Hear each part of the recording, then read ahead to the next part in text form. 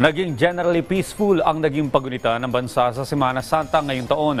Ayon sa Philippine National Police, ayon kay PNP spokesperson Police Colonel Jean Fajardo, nakapagtala ang PNP mula March 25 hanggang March 31 nang aabot sa 69 na Holy Week-related incidents, kung saan karamihan sa mga ito ay insidente ng pagkalunod na aabot sa 39. Ito ay mababa kumpara sa 63 insidente ng pagkalunod noong nakaraang taon. Mananatili pa rin ang heightened alert status ng PNP sa buong bansa hanggang ngayong araw. Nagpaalala naman si Fajardo sa mga motorista pabalik ng Metro Manila na mag-ingat sa pagmamaneho.